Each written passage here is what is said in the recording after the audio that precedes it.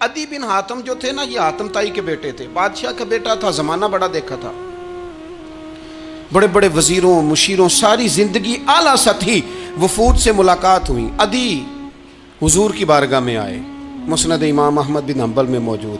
तो इस्लाम पर अभी गुर्बत का दौर था, चंद लोग मुसलमान हुए थे। नबी पाक अलैहिस्सलाम ने फरमाया अदी कलमा पढ़ लो। तो अदी कहने लगे मैं तो पहले ही एक दीन का मानने वाला हूँ। हुजूर फरमाने लगे जिस दीन के तुम मानने वाले हो उस दीन को मैं तुमसे ज़्यादा जानता हूँ। हुजूर फरमाने लगे जिस दीन के तुम मानने वाले हो उसमें क्या ये लिखा है कि माले गनीमत का चौथा हिस्सा खा जाओ? कहने लगे नहीं। तो फरमाया खा क्यों जाते हो? अदी कहते हैं चूंकि ये हमारे अंदर की बात थी बादशाहों की, तो मैंने फ़ौरन सर तस्लीम खम कर दिया, मैंने फ़ौरन सर झुका दिया। मैंने कहा आप बात ठीक कर रहे हैं। हुजूर फरमाने लगे अब अगली बात भी करूं या रसूलुल्लाह फरमाइए। फरमाया पता है तुम दीन क्यों नहीं कबूल कर रहे? ये भी मुझे पता है। या रसूलुल्लाह क्यों? फरमाया तुम देखते हो कि दीन के मानने वाले गरीब गरीब लोग हैं, तुम देखते हो कि अभी ये कमज़ोर हैं, तुम देखते हो कि मक्के वालों ने मदीना तैयबा से परेशान करके मुसलमानों को निकाल दिया है। ये गरीबी देखकर, बज़ाहिर इस्लाम की कमज़ोरी देखकर तुम कलमा नहीं पढ़ रहे। हुजूर फरमाने लगे अदी मकामे हिरा का नाम सुना है? बड़ी दूर था इलाका वो, मकामे हिरा का नाम सुना है? अदी कहने लगे हुजूर सुना है पर वो जगह देखी नहीं।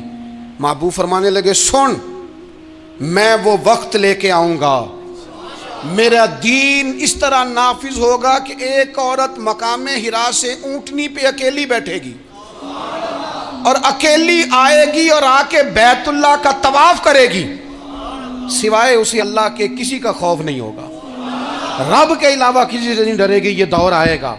तू देख रहा है कि सिर्फ मक्के पे हुकूमत नहीं दुनिया पे मुसलमान छा जाएंगे। और हुजूर फरमाने लगे किसरा का नाम सुना है? कहा हुजूर वो तो बाजार इस वक्त बड़ा तगड़ा बादशाह है। फरमाया उसके इलाके भी फतह होंगे, वो खजाने मुसलमानों के पास आएंगे।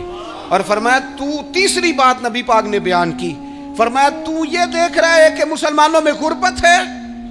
फरमाया आदि एक वक्त आएगा लोग देने के लिए निकलेंगे पर उन्हें लेने वाला कोई नहीं मिलेगा। एक वक्त आएगा लोग देने निकलेंगे, लेने कोई नहीं आएगा। अदी कहते हैं कि मैं रसूल करीम का कलमा पढ़ के मुसलमान हो गया।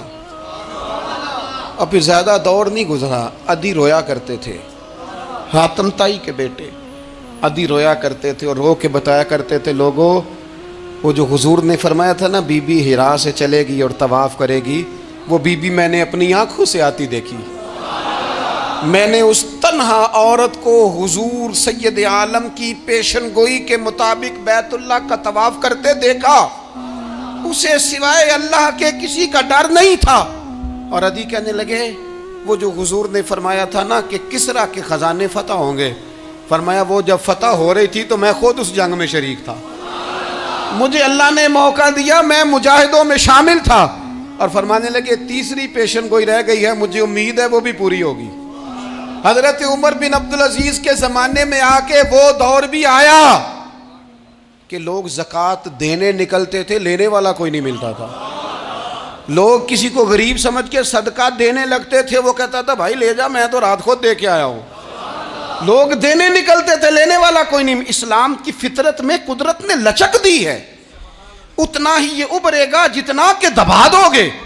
ये मौलवियों की वजह से, पीरों की वजह से, सियासतदानों की वजह से नहीं छाएगा। ये क्यों छाएगा कि अरसला रसूलहू बिल हुदा व दीनिल हक, ये इसलिए छाएगा कि अल्लाह ने भेजा ही हक के साथ है, ये आया हक के साथ है, लिहाजा छा जाए।